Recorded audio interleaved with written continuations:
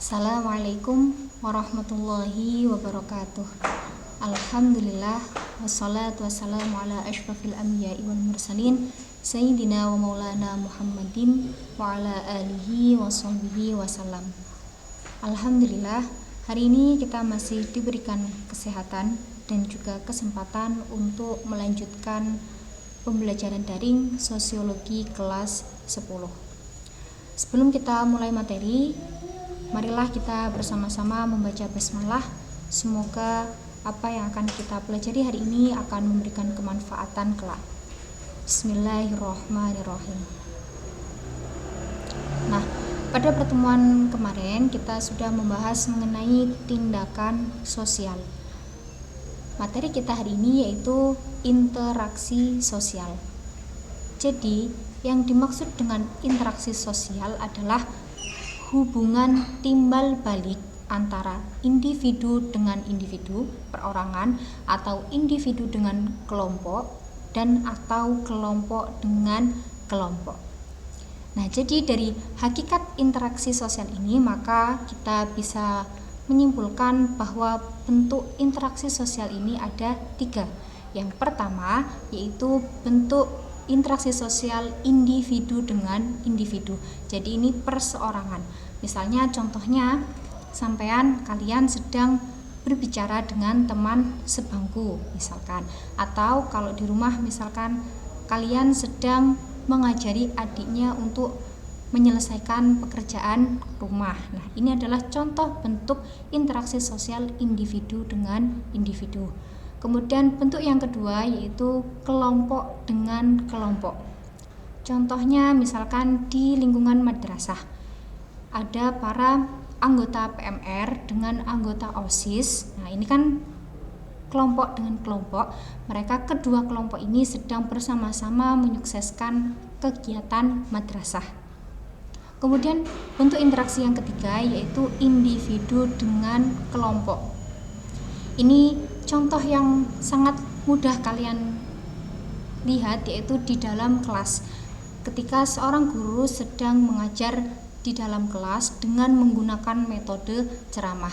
Jadi guru yang bersangkutan ini berdiri di depan atau duduk di hadapan kalian. Jadi beliau ini adalah individu yang sedang melaksanakan interaksi sosial, yaitu dengan menerangkan, dengan memberikan ceramah mengenai pembelajaran kepada kalian yang adalah sekelompok siswa. Kemudian untuk dianggap menjadi interaksi sosial ini apabila memenuhi 2 syarat. Syarat apa saja? Yang pertama yaitu adanya kontak sosial.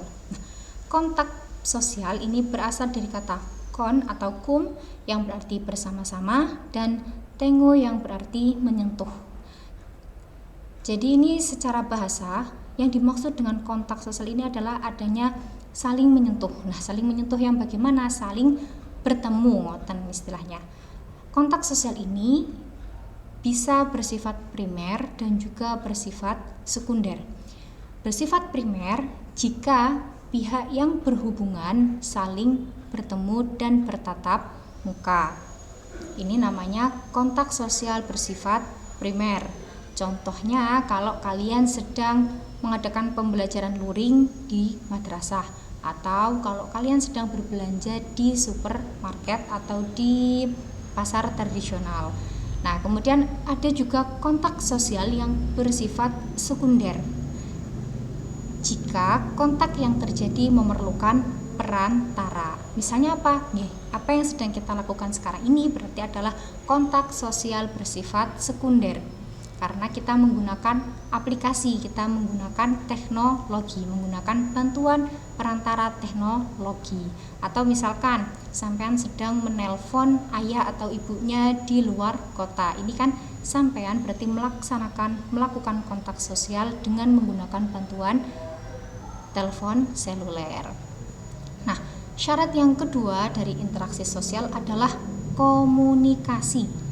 Komunikasi ini apa? Suatu proses penyampaian dan penerimaan pesan dari satu pihak kepada pihak lain agar terjadi upaya saling memengaruhi antara keduanya. Nah, komunikasi ini dapat dilakukan secara verbal atau menggunakan kata-kata dan juga bisa secara nonverbal, yaitu menggunakan isyarat atau kode tertentu. Nah, agar komunikasi bisa berlangsung dengan baik, maka dibutuhkan 4 komponen utama. Yang pertama yaitu pengirim atau komunikator.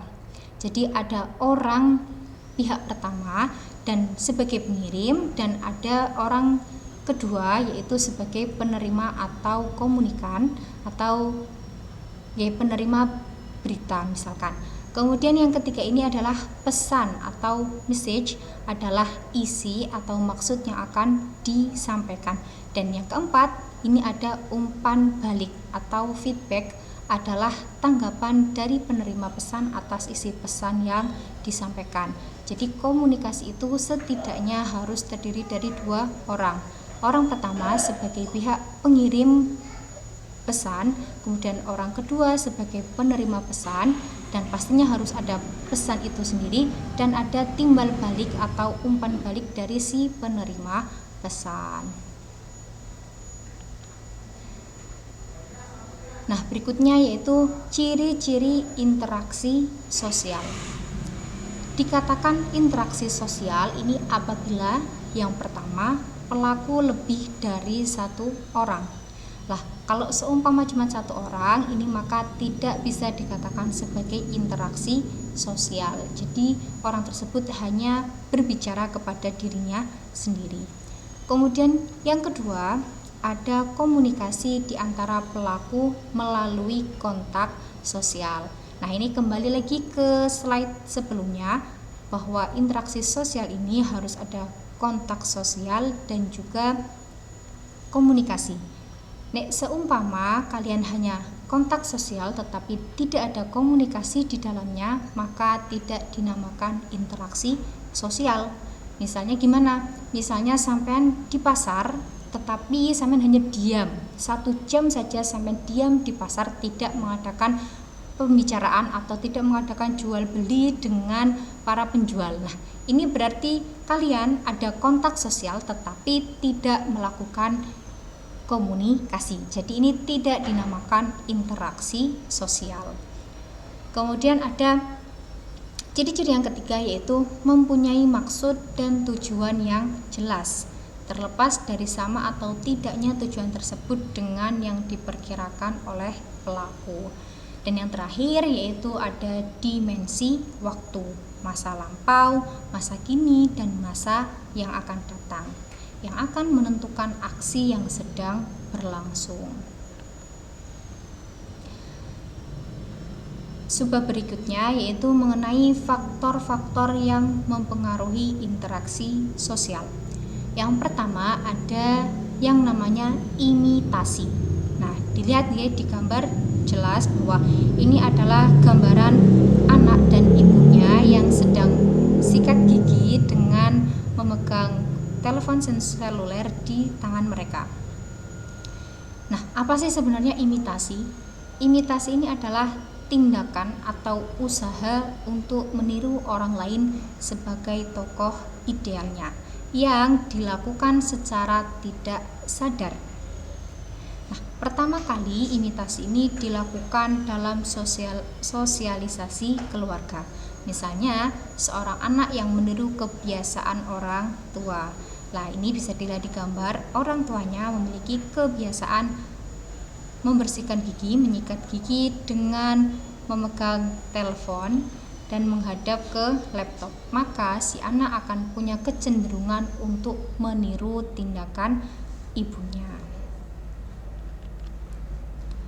Kemudian yang kedua ini ada identifikasi, yaitu kecenderungan atau keinginan dalam diri seseorang untuk menjadi sama dengan orang lain.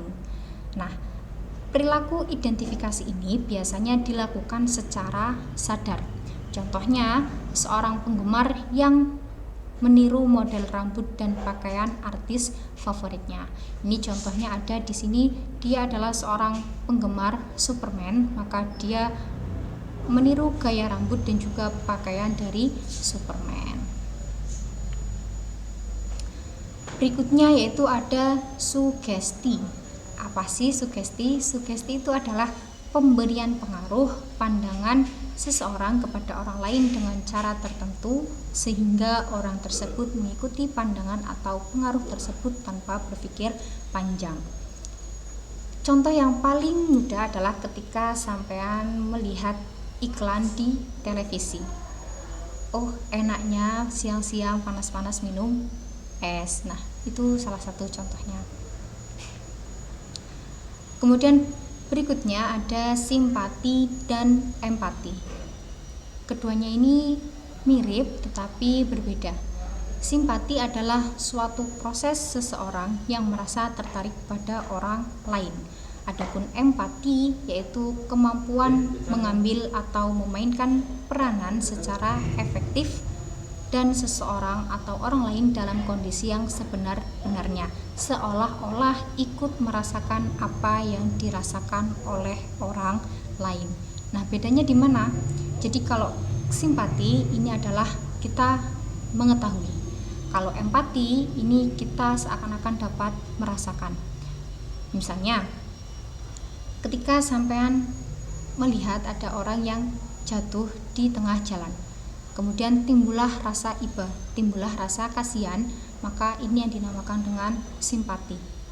Tetapi akan menjadi empati ketika kita sudah bertindak, melakukan tindakan, oh kasihan dia, maka kita terdorong untuk mendekat, membantunya, membantu dia berdiri atau mengobati lukanya atau membawa dia ke rumah sakit misalnya. Nah, ini akan menjadi empati. Yang terakhir yaitu ada motivasi. Motivasi ini adalah dorongan, rangsangan, pengaruh atau stimulus yang diberikan seorang individu kepada individu yang lain sedemikian rupa sehingga orang yang diberi motivasi tersebut menuruti atau melaksanakan apa yang dimotivasikan secara kritis, rasional, dan penuh tanggung jawab. Nah, ini bedanya motivasi dengan sugesti. Motivasi lebih kritis, lebih rasional daripada sugesti.